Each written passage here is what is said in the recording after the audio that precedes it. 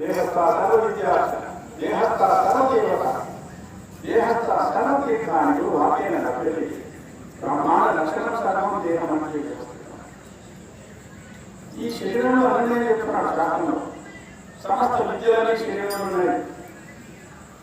ఇట్లా ఉదాహరణ ఇప్పుడు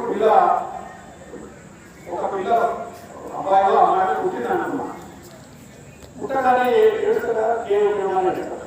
ఆ ఏడుతో నేర్పించారు. పుట్టగానే ఆ శబ్దం ఎక్కడి నుంచి వచ్చింది? ఆ పసిపుడు ఆ శబ్దం ఎక్కడి నుంచి వచ్చింది? కాలు చేతి రావట్లేదు, ఎక్కడి నుంచి వచ్చింది? దాని గర్భంలో బయట పడగానే పిల్ల దేవగా నడుస్తుంది, కాలు చేతులు ఆడుతుంది. ఎక్కడి నుంచి వచ్చింది? శరీరం ఉత్పన్నమైనది. ఆ ఉత్పన్నమైన దాంట్లో శక్తి ఆల్రెడీ ఆవరించుకుంది. కాబట్టి శక్తి మనకు నిరంతరం ఉంది. దీనికి ఒక చిన్న కలయిక శక్తి తర్వాత విభూతి ఒక 10 మంది జనాలు కలిసి కాశీకి వెళ్ళాలని పోయింది. కాశీ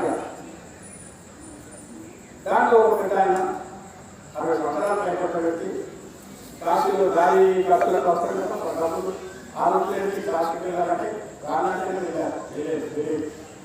ఆ రోజుల్లో ఏం లేవు. ఇప్పుడు మనకు అన్ని సౌకర్యాలని కానీ ఇల్లు దాటాలి, గడప దాటి ఇవ్వకుండా గోడలు వస్తున్నాం. ఇల్లు దాటలేదు. ఇంటి ముందర గుడి ఉంటుంది కానీ గుడికి వెళ్ళాను. అంత దరిద్రం. బాగా దరిద్రమైనటువంటి సమాజం ఈరోజు తయారైందంటే దానికి చెప్పుకోవడం. మనం హిందూ లేదు, మీకు లాస్ట్ టైం చెప్పినాను హిందూ అంటే ఈ హైందవి ఈ ప్రపంచమంతా వ్యాపించిందో ఆ వ్యాపించినటువంటి దేవిని మనం ఏమని చూస్తాం? హైందవి.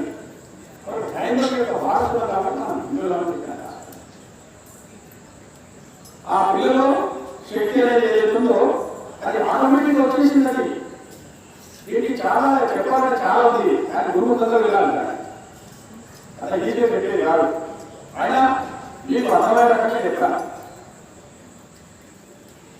పసిగుడ్డులో శక్తి వచ్చింది ఉంది కదా, ఏడుస్తాము కదా. కాబట్టి పసిగుడ్డులో ఏముంది? శక్తి ఉంది. ఏముంది? శక్తి ఉంది. మనలో శక్తి ఉంది కానీ మనకు తెలియదు. అయితే పిల్లవాళ్ళు 10 మంది కలిసి కాశీకి వెళ్ళారు. ఒక పిల్ల ఏం చేశాడు? భార్య భర్త అంటే భార్యలో ఖర్చుకు తినడానికి ఉండడానికి అన్ని అవసరం కదా. కాబట్టి ఆ రోజులు అవి బంగారు పాత్రలు ఉండేది.